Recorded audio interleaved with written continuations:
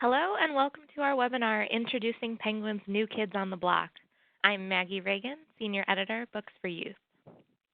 Before we begin, I'd like to go over some technical details. To resize the slides, look to the magnifying glass icons located to the left of the slides. There you can increase or decrease the size and select how you'd like the slides to appear. If you lose audio or would like to change the way you're connected to it, look at the bottom of your screen for a circle with 3 dots. Clicking that icon will open a menu with an audio connection option. The audience is in listen-only mode, but we welcome any questions you may have. On the right side of your screen is a control panel with an area at the bottom for Q&A. Simply type your question into the field and click Send. Attendees can see questions asked during the webinar and the answers provided. Links to today's slides and title list were sent directly to you from WebEx at the start of the webinar, but you can also download them at any time by copying the URLs on this screen into your web browser. Tomorrow, all attendees will receive a follow-up email containing links to today's slide presentation, titles, certificate of completion, and video recording.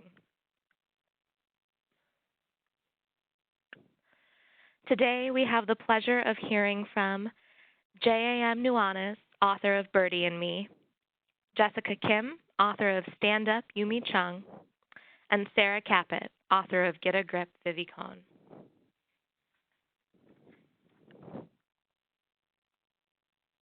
First up, we'll hear from JMM Nuanez, also known as Jess. Jess was born and raised in California, but has lived in other places like Texas and Korea. When not reading or writing, you can usually find her outside with her husband and son. In her limited spare time, she likes to play with her cats, make Korean food, and build miniature things. Welcome, Jess. The floor is yours. Thank you. Thank you. Can everyone hear me? Yes, I'm JMM Nuanez, but everyone can call me Jess. And I am so happy to be participating and talking about Birdy and Me. Birdy and Me is, my first published novel. It's actually the third one that I've written, and I always like to say that only because a lot of times, even in these types of settings, there's people listening that are hoping to create something, whether it's a novel or something else. And my main message everywhere I go, whether I'm talking to adults or students, is always to talk about to just keep going. And I know that probably my fellow panelists can talk about how that was probably how they got their novel published. It's just to keep on going. Even after I wrote the other 2 books, which will probably never see the light of day, I just kept going. And that's actually a lot of what Birdy and Me is about, is to keep on trying, keep on searching for that place that you're trying to call home. Birdy and Me is about Jack, who's 12, and she has a younger brother named Birdy, who's 9. And their mother has recently passed away, and the 2 of them go to live with 2 estranged uncles that they barely knew and these 2 uncles are very dissimilar. And they're kind of bounced around because both of their uncles can't quite figure out how to provide the home that they need to for these kids. And one of the sort of main things that happens is that Birdy, who in general is very okay with being a boy, prefers on the whole to wear girl clothes. He doesn't really think about it that much in terms of what it means. He knows what he likes, and he just happens to really like super sparkly, fabulous stuff. And each of these uncles, the first uncle that they go to live with, Uncle Carl, deals with it one way, and then their second uncle, Patrick, deals with it a different way. and the complications come in where there's a lot of disagreement about how to deal with this. And this new town that they're living in is small. So there's kind of that one of the things I was dealing with this book was how different of experiences, youth, and then especially queer youth, how different their experiences are depending on where they live geographically. I did a lot of research on that, and that was very interesting to me, that a lot of times the bulk of their experiences is determined by their geography, even within the United States. And so their change of living situation changes this experience for Birdy and also Jack. And that's a lot of what's in the book. And then the other couple of things that I always like to bring up, especially to librarians, is it's not always well known, but one of the, or like talked about for the people who do read my book, one of the quiet heroes of my book is actually a librarian named Miss Perkins, and she is fairly stern, but she is a big advocate for equal access to the library and informational freedom. And the library is definitely a refuge for the children. And my stepmother, who I'm very close to, has been a branch manager for 35 years. So I pretty much grew up in the library and highly value all of the services that libraries give, not just access to books, but access to so much more. And so I had to put that in. There was a lot more of it in the earlier draft, but I had to cut some of it out, but it's still in there, and I'm very proud of that. And then the other thing with this book is it's a lot about what authentic, complex, unconventional families look like. I was raised in an unconventional family, and this is all about how can you create a loving family even when it doesn't look like this perfect mom, dad, like two-parent household type of thing, and that it's possible to create a loving household. And how do the caregivers of youth, and maybe specifically queer youth, but especially kids going through tough stuff, how do caregivers deal with that they're dealing with all their own questions about how to keep their kids safe, but help them flourish?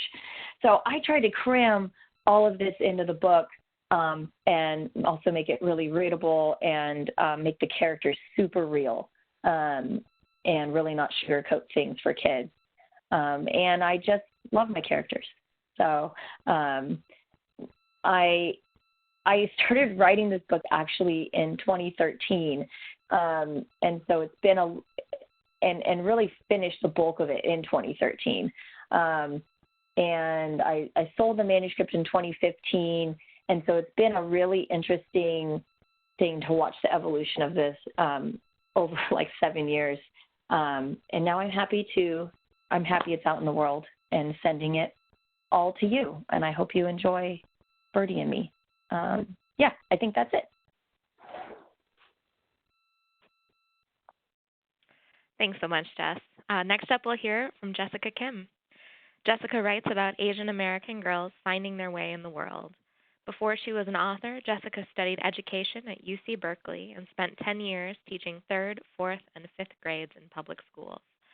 Like Yumi, Jessica lives with her family in Southern California and can't get enough hot Cheetos, stand-up comedy, and Korean barbecue. Thanks so much for being here, Jessica. Hi, everyone. Can you hear me okay? Is it working? Okay, well, so I'll tell you a little bit about myself. I was born in California, and my parents had immigrated from South Korea in the 70s. So now as a mother myself and as an former educator, I was inspired to write this book to find more books about kids like me, growing up, having been born and raised here, but having parents, immigrant parents from a different culture. And I really wanted to explore that collision sometimes that happens between being bicultural and being a child of an immigrant. So I hope you like Stand Up Yumi Chung, coming out in 1 week. Very exciting. It takes place in Koreatown, Los Angeles.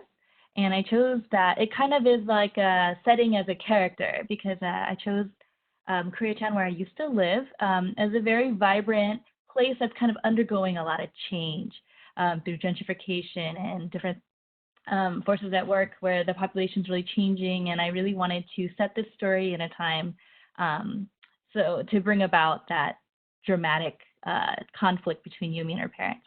So Yumi is an 11-year-old, shy, somewhat awkward, and very low-key funny kid who is obsessed with comedy, but having kind of a tough time at school. So she's at a private school that's a little stuffy and a little snobby, and she just hasn't found her friend group yet. And so she's quite timid in the beginning of the story, and she finds her refuge in watching YouTube. And so, like a lot of our kids, I'm sure you're familiar with, she really has this idol, this comedy idol that she looks up to. Her name is Jasmine Jasper, and she watches her religiously and takes notes on her little comedy tutorials. And that's kind of how she copes with her loneliness and disconnect from her peers. So the story kind of starts off when her mom announces that she must start taking these test prep courses at a Korean hagwon, which is like an after-school cram school, and it's during summer vacation. So she informs her that she'll be there for the remainder of the summer, 3 hours a day, and then she's assigned to go study at the library where she's supposed to practice these test prep exams so that she could pass this exam so she can get this scholarship, which would give her tuition to the private school that she's going to. And Yumi's horrified because, I mean, what kid wants to be studying, poor thing, during summer vacation? And worst of it is she doesn't even want to go back to that school. And so she's going to this Korean hagwon taught by the very scary Mrs. Pak, inspired by the real Mrs. Pak who I used to work for when I used to work during summer vacations when I was a teacher. She was so scary. Anyway, so Yumi is going to hagwon, and she's kind of living this life, doing all the things her parents want her to do, but she's just feeling so stifled and wanting to do what she wants to do, which is comedy. And she stumbles into this comedy camp by chance one day when she sees a cutout of Jasmine Jasper in the window, and she hears her voice over the intercom and realizes, OMG, she's teaching the class, and she realizes that her very own comedy idol is there, right there in her neighborhood, teaching a comedy summer camp. And while she's realizing this, Jasmine Jasper sees her from afar in front of the whole class and mistakes her for a camper who has yet to show named Kei Nakamura. And so Yumi, not knowing what to do, doesn't correct her, but kind of plays along and gets kind of sucked into this stolen identity as Kei Nakamura. So the rest of the book, she decides to continue going to comedy camp as Kei, despite her parents not knowing any of this. And so she's kind of living this double life. Meanwhile, her parents' Korean barbecue restaurant is going through tough times. They've got a limited time to make up this huge sum of money that they owe back. And so it's during all this that Yumi kind of goes on this adventure to kind of find herself, to find her voice, and figure out who she is. So the backbone of the story really deals a lot with being a child of an immigrant and kind of reconciling both sides of who she is. On one hand, she's very American, and on the other hand, you know, she's grown up in this Korean immigrant family, and so it's kind of fun to see Yumi kind of realize both sides of who she is, and in her clash with her parents, and especially through all her adventures, I think she comes to really accept herself by the end. But it also appeals not just to Korean Americans, but to any kid who's ever felt kind of shy or it deals a lot with perfectionism and kids who don't want to take a risk because they don't want to look stupid in front of their friends, or they just don't want to stick out. Jasmine Jasper and all their comedy improv and all the fun activities they do in comedy camp really brings Yumi to see that it's okay to mess up and it's not a big deal. Just like kind of be yourself and enjoy the ride. There's a lot of really fun moments in this book. The tone is really, it's a very quick-paced novel. A lot of people told me they read it in one sitting, which kills me because it took me so long to write, but that's okay. That's okay.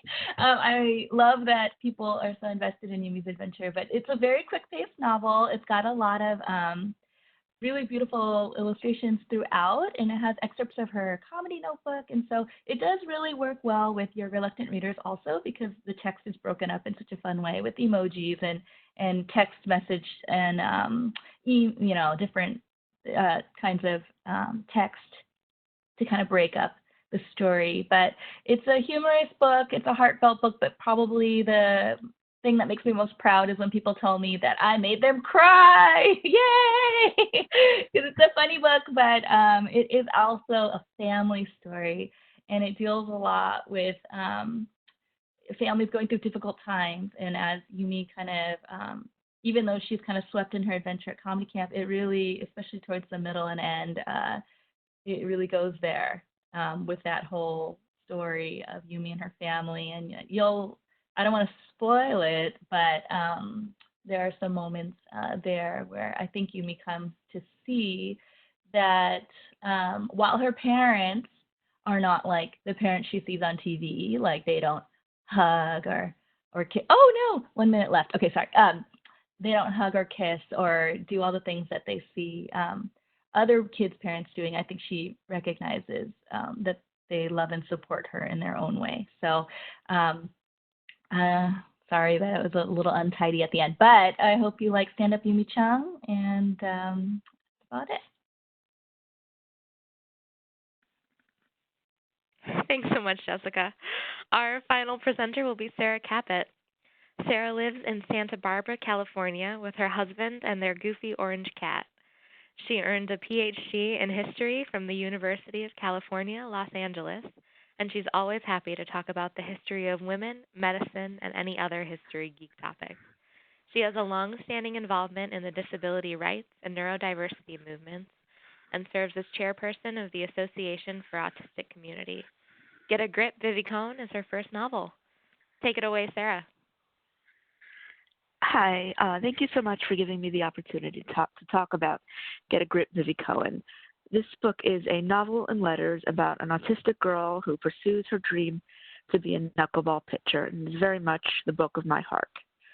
So, as kids, a lot of us have experienced writing letters to our favorite athletes, writers, and movie stars, and that's what Vivy does. She writes to her favorite pitcher, knuckleball pitcher VJ Capello, and writes him about her desires to be a pitcher herself. And surprisingly, he writes back. And their friendship and correspondence form the backbone of Get a Grip, Vivy Cohen. Like many autistic people, myself included, Vivy finds it easier to communicate by writing as compared to speaking. And so writing letters to VJ is a way for her to share emotions that are just too hard for her to say out loud. And at this moment in her life, she has a lot of emotions to say. Much to her excitement, she's playing baseball on a team for the first time. But being the only girl and autistic person on the team might be even tougher than finding the strike zone.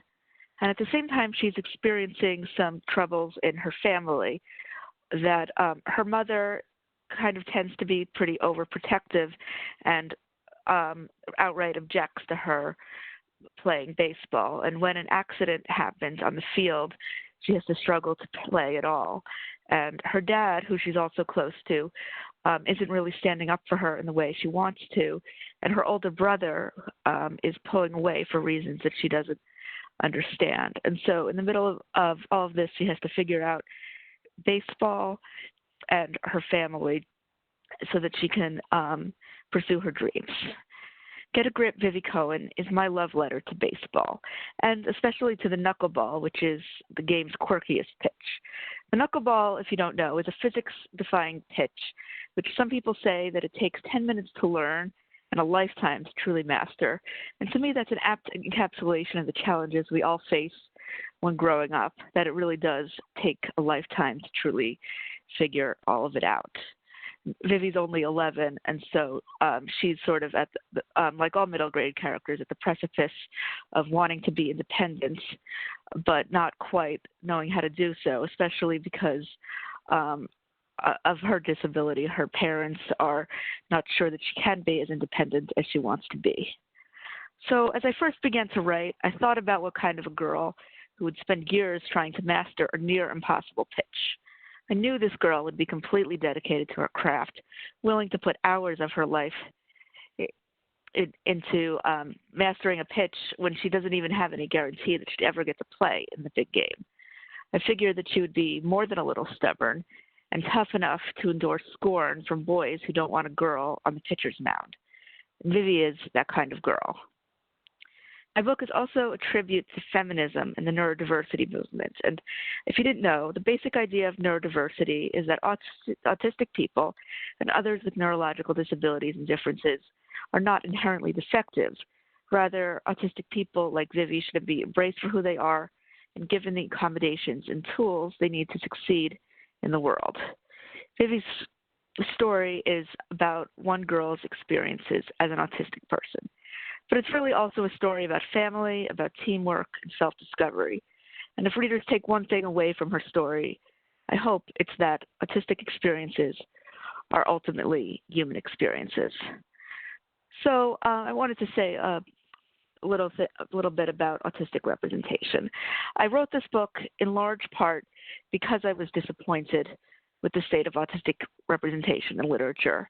I feel like too often there are stereotypes that we see: the hyper-logical autistic scientist, the sibling who is a burden, etc. And I wanted to write a character who felt authentic to me and to the people who I know. And it was also important to me that she be a girl, because Vivy's experiences are in many ways unique to autistic girls. Oftentimes, autistic girls are pressured to fit in with their peers by adapting traditional gender roles. So for a girl like Vivy who wants to play baseball, not softball, this causes conflict. She wants to follow her own path, but she faces obstacles that are all too common for disabled children. All too often, there's this idea that her wishes are overruled for their own good. And I do think this is something that a lot of children can relate to, disabled or not. And I wanted to educate readers about neurodiversity without coming across as preachy. The book is actually dedicated to all neurodiversity advocates, past, present, and future. And it was important for me to do this to signify the importance of the movement in my work. However, the word neurodiversity does not otherwise appear in the book. It was a guiding principle for Vivy's journey. And for me, it's a message of self-acceptance. And Vivy she doesn't know what the word neurodiversity means, but her journey nevertheless embodies this idea. And her journey throughout the book is learning that, yes, she is capable and talented just as she is. That the book begins with her unsure. She's not even on a team. She's not sure that she's even any good at the knuckleball, but that she ends and she's certainly not capable of standing up to her parents, but she ends in a very different place. And I do hope this book can serve as a mirror and a window to kids in the terms of redeemed Sim bishops. However, it really was never my intent to just write an autism book or just write a sports book. And I hope that this book, along with several other Owen Voices work that appeared in the past few years, can be a start to inclusive representation. And to me, the power in these stories isn't just about educating normal, quote-unquote, normal kids about disabled kids, but normalizing disability itself. And I do hope that this book will have a wide appeal to people who like sports, but also I have been told that you don't need to like baseball to like this book. My editor told me she does not like baseball, and so I hope that it can have connect with hopefully a wide range of kids. Thank you.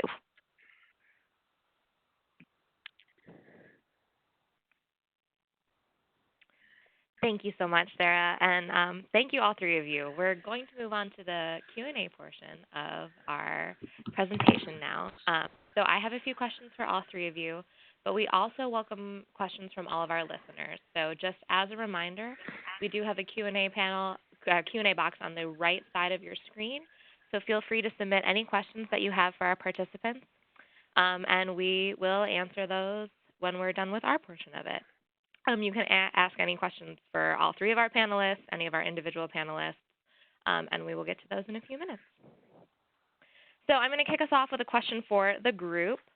And why don't you guys, let's start off by answering this in presentation order. So Jess, you can go first, then we'll move on to Jessica, and then Sarah for this first one. That works for you guys. So I'm going to say all three of your books are really very character-driven. You've all created three very memorable voices, which is amazing because these are all debuts. So can you each talk a little bit about how you found these voices? Yes. So all of my stories come to me first as a character and a voice. And usually I get the image of which sometimes sounds a little bit crazy. I wish I could start with like a concept, and I've tried that and it doesn't really work.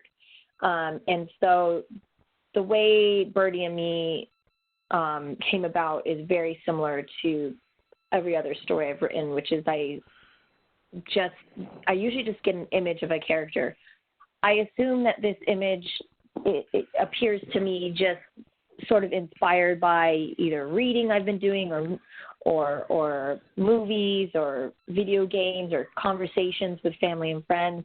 But I saw Jack and Birdy standing. I was just walking home from work one day and just randomly saw Jack and Birdy standing, and they were holding hands, and they had this kind of look in both their eyes that it was very much kind of like they felt at that moment that it was them against the world. And it was actually that look on those looks on their faces that drew me in initially. And then I saw that Birdy was dressed fairly quote unquote, normally as we would imagine, or, as we've kind of been conditioned to imagine a boy dressing, except he was also wearing a skirt over his jeans. So between the look on their faces and that, as soon as I got home, this was like being a mom and everything when I could do this, I just dropped all my stuff and just started typing. And that's usually how I just start a story. And I try to, I just do a lot of free writing in the beginning, trying to nail down that voice, which if it's intriguing enough to me, it will become stronger and stronger, usually within minutes. And I do a lot of free writing as often as possible for almost an entire month usually. And then from there, I can kind of sit back and go like, okay, who are these characters? At the time I was teaching, and I was teaching a lot of third and fourth graders, and I used a lot of like writing and acting out skits in my classroom. And so looking back on this now, I realize it was always interesting because so many of my kids were super interested in playing the, opposite gender that they claim to be. And so maybe that's where some of this was coming from. Like I said, this was back in 2013, and I was also living overseas. So I was kind of removed from anything that was happening in the States. I think that's where this came from. I also, which this term isn't really used a lot, I was a very committed tomboy. I don't really label myself nowadays, but I definitely growing up got a lot of questions about my appearance and about the types of activities. I loved hearing about Sarah's fast pitch baseball because that was between that and being a professional soccer player were like my dreams as a child. I think all of this kind of culminated, and I was away from my family, who I'm very close to. It kind of just, I guess, bubbled up, and I didn't know it at the time. I was just following these voices, digging into their story, asking a lot of questions. But I think looking back on it now, that's where these sort of characters came up came up to the surface for me. So I didn't really, it was really unexpected. In fact, I started writing it when I was in the middle of I had almost signed with an agent with a previous book, and it didn't quite pan out. And then I started writing this book. So yeah, I always wish I had like a better idea of what exactly I was doing in the beginning, but I was just following the very piercing, very clear voice of Jax in my mind, telling the story as being an older sister. So yep, that's for Birdy and Me. Awesome. Jessica, do you want to go ahead? Yeah, sure. So this question's really easy for me because Yumi is the voice of my anxiety. Like this is in some ways very autobiographical, deep inside my soul. That's what it sounds like when I'm in a kind of like a nervous place. And so it tells a lot about my feelings as I was deciding to pursue publication. So when I decided one day, like I want to become a writer, it was really scary for me because like I don't know anyone who writes books for kids or any books at all. Like I don't think I have a single author in my social orbit at that time. And for me to kind of go on this fantastical, aspirational thing to want to be a writer was really something that I was very unfamiliar and very uncomfortable with too. I think because of my upbringing, being raised by immigrant parents, I was taught to kind of pursue the safe route, like put your efforts where it'll pay off. And that's like completely the opposite of what that is with writing. You're just kind of writing in hopes of getting published one day. But as Jess mentioned, 3 manuscripts in, sometimes it takes a while, or sometimes it's based on the market. There's so many things we can't control. And so for me, it was this terrifying feeling, and that made it really easy for me to write from Yumi's perspective of someone going into something creative, something that maybe other people won't understand, something that honestly, no matter how good you are, might not come true. And I think that's the scariest part of all. So it was definitely like both sides of my heart kind of battling it out. And I was able to kind of put that into the characters. And so it was really fun to kind of go through my own journey of, do I want to do this? Am I good enough? I'm scared. And to put that into a book that hopefully kids can relate to. Great. Thanks so much. And Sarah, how about you? Okay, so for me, the genesis of this book was kind of like a few ideas coming together that, as you might imagine, I love baseball, and I've always thought that the first woman to be in Major League Baseball might be a knuckleball pitcher because it relies on kind of the finger motions rather than simply being really strong.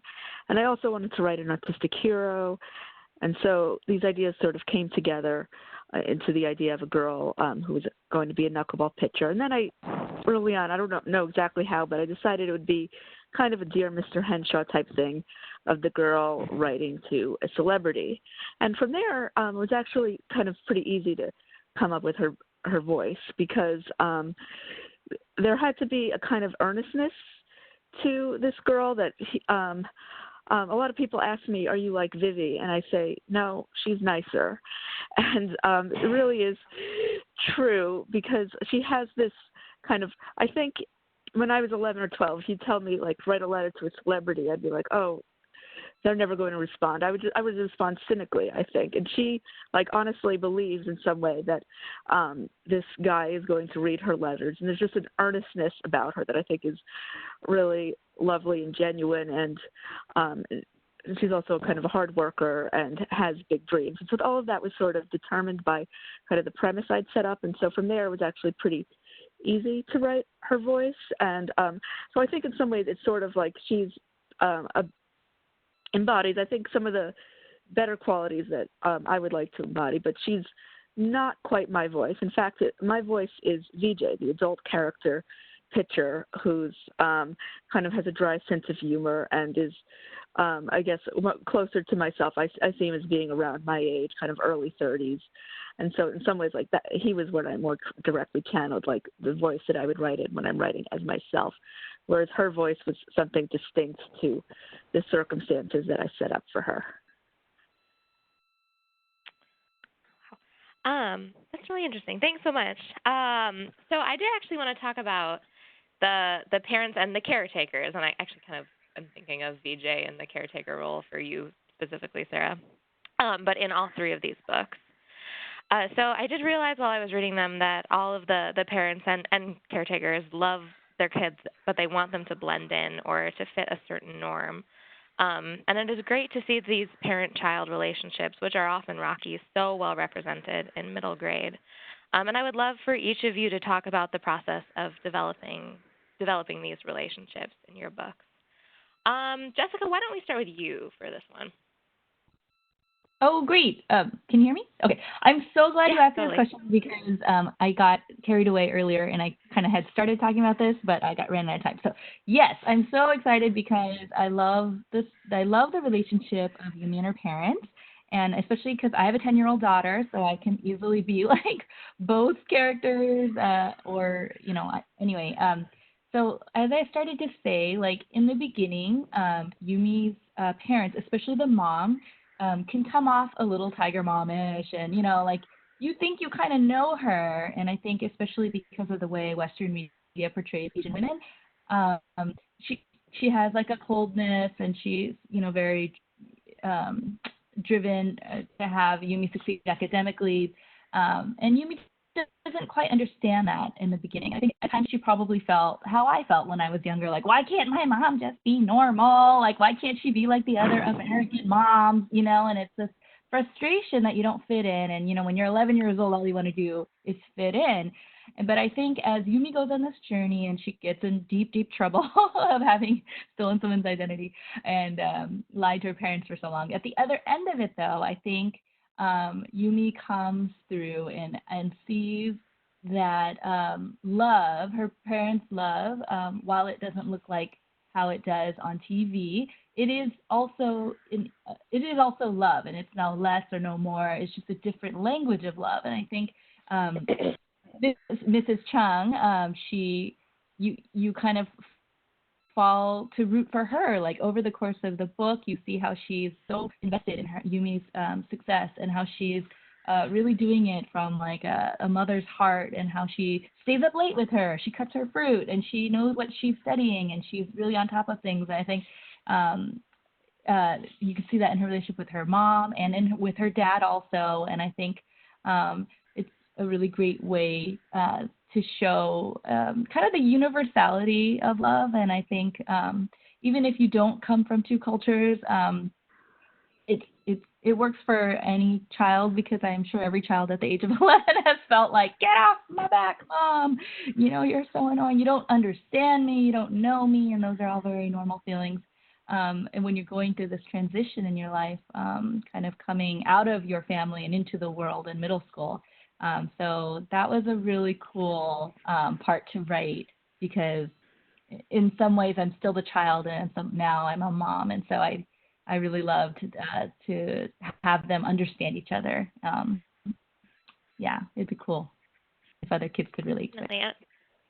Yeah, and I have a follow-up for you about that. And I know that there's one scene where Yumi tries to kind of use her family for jokes, and she's just poking fun at them. But I know it results in some misunderstandings from her audience, who are like, oh, no, they're tiger parents, they're abusive. Was it important for you to kind of navigate that added layer of these stereotypes? Were you trying to do anything to sort of dismantle some of those, or to help Yumi figure those out? Yeah, it's so tricky, actually. It's really funny because, of course, in the beginning, I was like, I'm going to dismantle all the stereotypes. I'm going to show people our humanity. We are not just what you see on TV. And so I came at it like at the other angle, where I like made Mrs. Chung in the very first rendition was like super funny and very American, didn't have an accent, and then it just didn't like ring true to me, though, because she wasn't really like the moms that I grew up with. And so I kind of realized, you know what, it's not about dismantling the stereotype and going like directly against it. What it is bringing dimension to people and showing that she was kind of talking. That's not like, you know, there are such things, but it doesn't mean that that's all we are. And so in the scene that you're talking about, I kind of addressed that. I think there are certain kinds of conversations you can have inter-community, and then there's the way you present yourself to mainstream, and I think that's where it gets a little dicey, and Yumi would definitely figured it out the hard way. She bombed pretty hard at her stand-up, for those of you guys who haven't read the book yet, so that's kind of one of my cringiest scenes, poor thing, but it was kind of fun to show, different ways that we present ourselves in community and outside, and the ways that we have to constantly toggle and navigate. You're flip-flopping between two cultures, two worlds on the daily basis, and how it gets a little messy sometimes. Yeah. Sarah, do you want to go next? Oh, sure. So parent relationships, including her relationship with VJ, which is sort of a mentor relationship, are obviously critical. And so for me, the mom relationship kind of came naturally because it was part of the conflict, and that I think I was deliberately kind of pushing back against some stereotypes we see, that sometimes mothers of autistic children are presented as completely selfless and even perfect, and I think that's obviously not true, even for parents who are very loving. And so Vivy's mom doesn't quite understand her. She's this very outgoing, social person who just doesn't quite understand her daughter, who's prefers not to talk, and maybe she only wants to have a few friends, and has certain struggles that her mom just never really can relate to. And so that sort of was the genesis of her mom's relationship, which is based a little bit on my relationship with my mom, but not entirely. I think in some ways Vivy's mom is more extreme and sort of just has that particular conflict going on. And so I wanted her dad to be very different, that her dad is actually, this is suggested later in the book, that he's also autistic. However, because he did not grow up in a generation where that was commonly diagnosed in many people, he was not diagnosed as a child. It's actually a common experience in the community that a lot of people only find out that they're autistic or somewhere on the spectrum when a child gets diagnosed. And so for that, I actually asked a friend who that is his experience. I asked him to read for it to make sure that I was getting it right. And he told me that I did, which was very gratifying. And so the idea is that Dad, unlike Mom, he can relate to Vivy more. And actually they share their love of baseball, which again, that was based on me. My dad was the person who introduced me to baseball, and even though we root for different teams, it's still something that it's really important for us to bond over, even now that I'm an adult. And so Dad can relate to her, but he sometimes when it comes to parenting, he takes a bit of a backseat because he thinks he doesn't know as much as what Vivy needs, even because he thinks that, oh, well, I'm not good at the social things. I'm not good at knowing this. He thinks my wife, who is this more social, gregarious person, she knows what to do. And so part of what Vivy needs to figure out with her relationship with her dad is to tell him, can you please advocate for me a little more and stand up? We have this bond that we both get baseball in a way that's really special, but you're not always letting me kind of express that in the way that I want to. And so I thought it kind of worked well to have these two very different contrasting relationships. And then her relationship with VJ is different altogether because he's not her parent.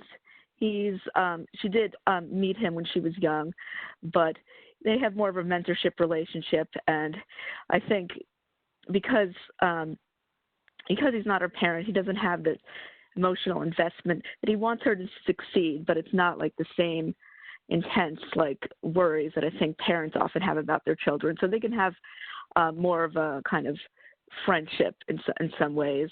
However, and so in some ways, she can tell him the things that she can't tell her parents. And so that's really liberating and gratifying for her.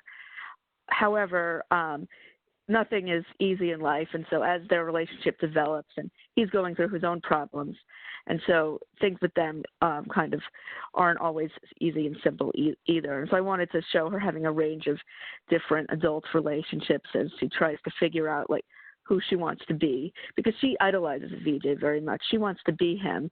And so, but part of when she actually has to when she actually develops a relationship with him, I think she realizes that what she thinks about him and what she thinks about his life as a pitcher is actually a great deal more complicated than what she sees on TV.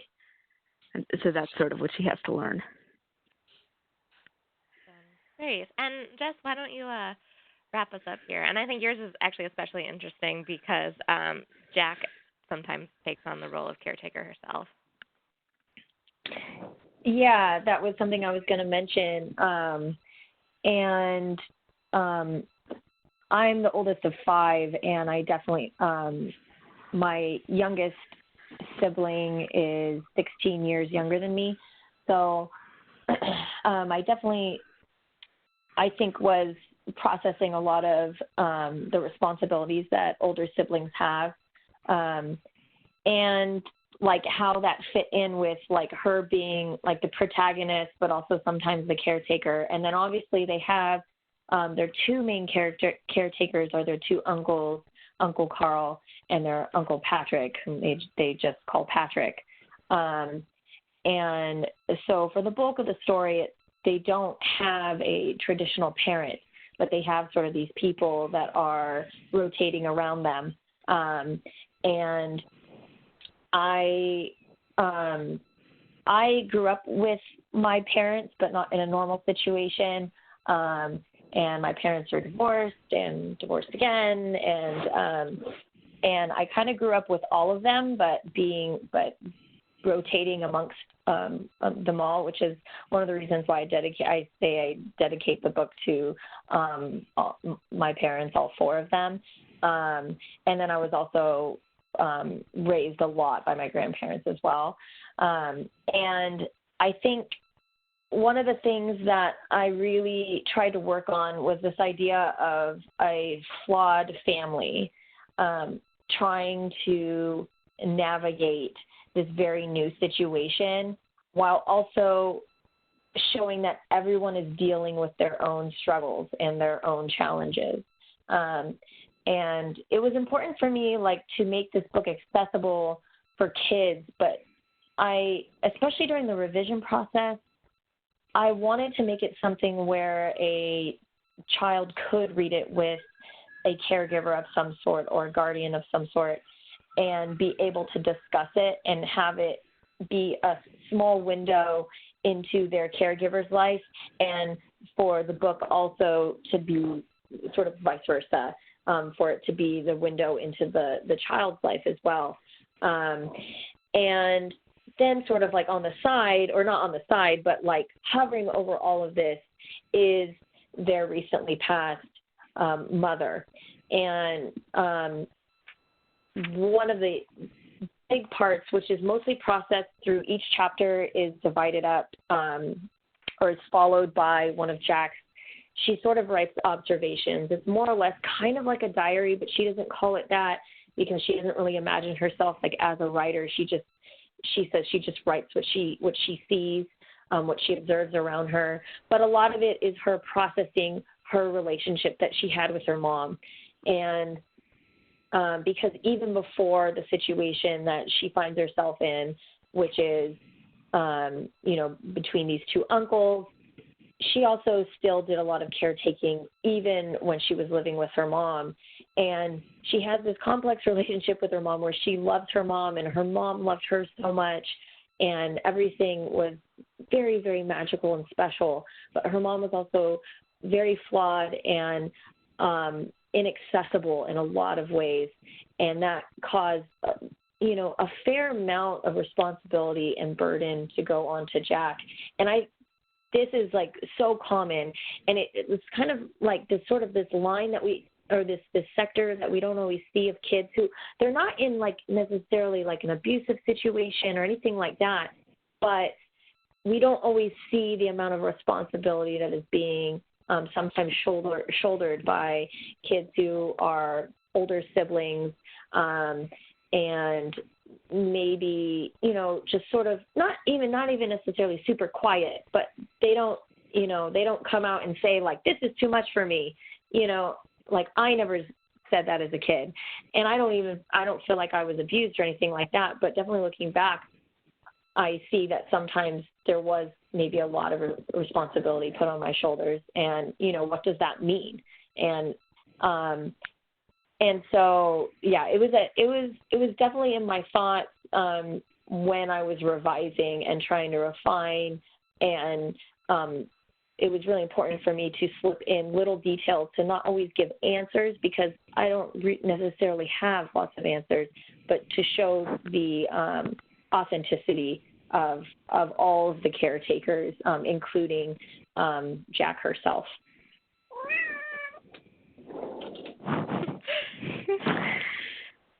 Heard a cat.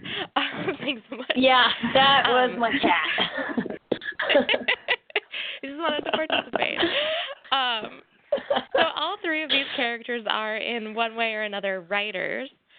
Jack writes her observations throughout the book, which appear as poems. Vivy writes her letters, of course, which basically make up the book. And Yumi writes jokes and eventually stand-up. So can you all talk a little bit about how you developed their creative sides and what advice you would give to kids interested in pursuing their own writing? Sarah, let's start with you for this one, since Vivy essentially wrote a book. So I actually never really thought of it this way, because when I think of writing, I think, oh, well, I'm writing my novel, or I'm writing my academic article. And she's just kind of spewing about her life and almost using this celebrity as a diary of sorts. But, so I think she, like I said, I think for me it was very important that this be done in writing, because writing is how she best expresses herself, even if she isn't at this point coming up with some kind of super wild and creative story. She's just telling about her life. But this is where she can tell about her life, and she can complain, and but she doesn't necessarily feel comfortable doing that with other people. And actually, I don't want to spoil it, but there's what I consider to be one of her the climax of the book is where she uses writing for her own aims. And so even though she has not yet discovered creative writing, perhaps that is in her future. Actually, this question is giving me some ideas now, and that I guess for me it was natural to write about a writer, because obviously I am one, and I'm kind of just drawing on that emotion of like feeling like you can't say it out loud, but you can say it on a paper or in an email, was something that is very much kind of at the core of the book. Great. Jess, do you want to go next? Sure.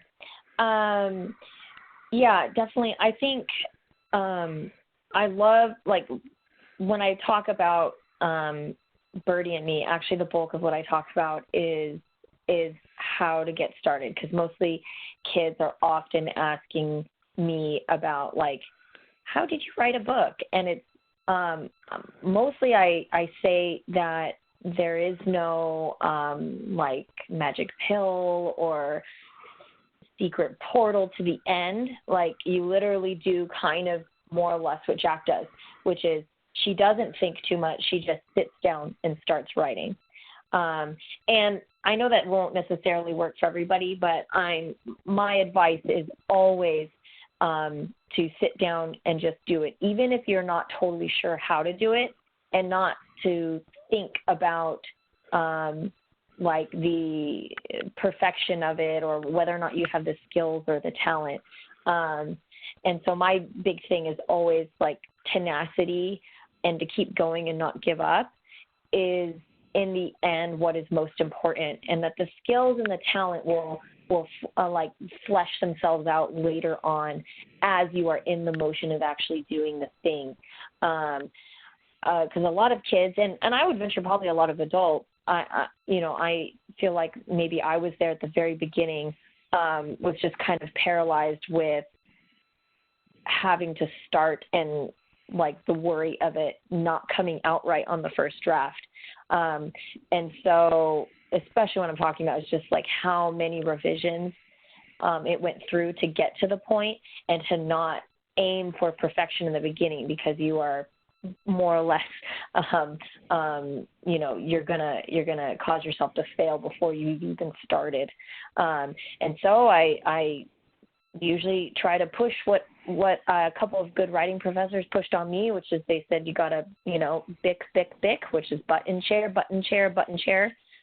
Or, I know nowadays they're standing desks, so that acronym is kind of breaking down now. But anyway, to just sit down and start doing to work and to somehow, fall in love with the process.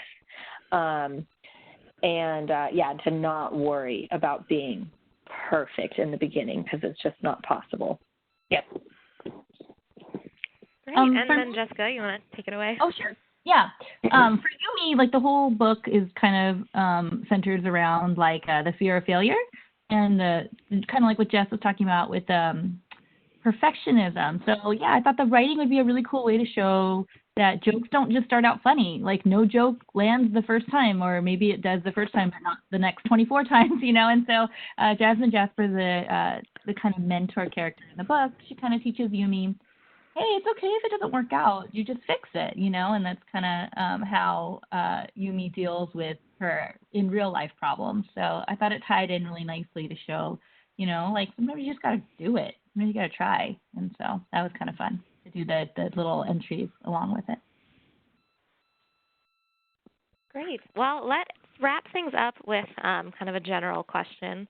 And that's middle grade is growing so quickly. What are you all seeing that you're excited about, and what would you like to see more of? And actually, we had an audience question that kind of complements this, and that is, Sarah, specifically, can you give some other great inclusive titles that you feel represent the neurodiverse community? So if you guys can just kind of jump in whenever you want on this one. Okay, well, start off. Sorry. I asked for that, sorry. Sarah, you go first. Oh, okay. So to start off with books that represents autistic people and other people with disabilities. I think Own Voices books are still somewhat rare, sadly, but there's some really good ones. One of my favorites is Planet Earth is Blue by Nicole. I'm sorry, I'm friendly with her, and I'm almost certainly butchering her name. Pantaliakos, I believe. And that's a really great book about a non-speaking autistic girl. I like Ellie Terry, I believe, Forget Me Not is a wonderful novel in verse about a girl with Tourette syndrome. And also recently Focused by Alison Gerber is a great book about a girl with ADHD. And they're all Own Voices. And, of course, I would love to see more books that authentically represents these experiences, and that I think kind of just show a diverse range of experiences that autistic kids, sometimes they're into science and sometimes they're into sports or Barbies or really anything. And so that really is one thing that I'm hoping to see. And I'm also hoping to see more in genre fiction, so fantasy and science fiction.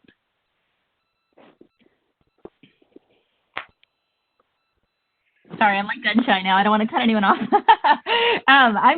This is Jessica. I'm super excited about graphic novels. I think they are the future. My kids love them. Can't get enough of them. So I'd love to do one day. So that's what I'm super excited about. And for me, I read extremely widely. I read all sorts of age ranges for books, but obviously for work, I truly love middle grade. And actually, I just a couple of days ago finished a book that's out today called The Blackbird Girls by Anne Blankman. It's so good. I thought she traversed a really interesting topic that I feel like is maybe not, like it kind of centers around the Chernobyl accident. And so it's like, it's somehow like, I'm like, it is historical fiction, but the girls are really, like the protagonists are really brought to life. And I felt like I learned so much without even realizing I was learning stuff at the same time. So that's out today. I definitely highly recommend it. Another great middle grade novel, The Blackbird Girls. But there's so many other ones, of course, but that's the one I just finished this weekend. Okay. All right. Great. Well, thank you all so much. And if you are an attendee and you asked a question and we didn't get around to answering it, just so you know that all of the presenters will have a chance to take a look at your questions and answer them. And yeah, we'll take a look at all of them. So you should possibly get an answer in the next couple of days. All right. Well, that concludes our panel. And then Rachel from Penguin is going to have. Hi guys, yeah, this is Rachel Elise from Penguin Young Readers. I just wanted to shout out that if you guys have any additional questions that you didn't have time to ask here, or just have any random questions for me, my email is up on the screen, so please feel free to reach out. Thanks everyone. Awesome, thanks so much Rachel, and thank you to all of our panelists. Tomorrow, all attendees will receive an email containing a link to today's slide presentation, title list, and certificate of completion. You will receive a notice when the video archive of today's webinar is posted at www.booklistonline.com/webinars. Please visit that same URL, which is right here, to learn more about Booklist webinars, view an archive of past webinars, or register for our upcoming webinars like the ones you see here. If you haven't already, be sure to check out the Booklist Reader, where Booklist editors and contributors are posting weekly about all things books and library land. Booklist has a digital edition of the magazine, which you can connect to your subscription online. This format pairs the page-by-page reading experience of print with the convenience of online access, and it's included free with all Booklist subscriptions. If you're not yet a subscriber, take advantage of this special webinar offer to get print, online, digital, and archive access to Booklist for only $99. Tired of waiting to see the latest copy of Booklist or worrying it might get misplaced on its way to you? You can now purchase an extra copy for your library for just $50. To learn more, please visit bit.ly/booklist450. Thank you for joining us for today's webinar. And one more huge thank you to all of our panelists as well as our sponsor, Penguin Young Readers. This concludes today's webinar.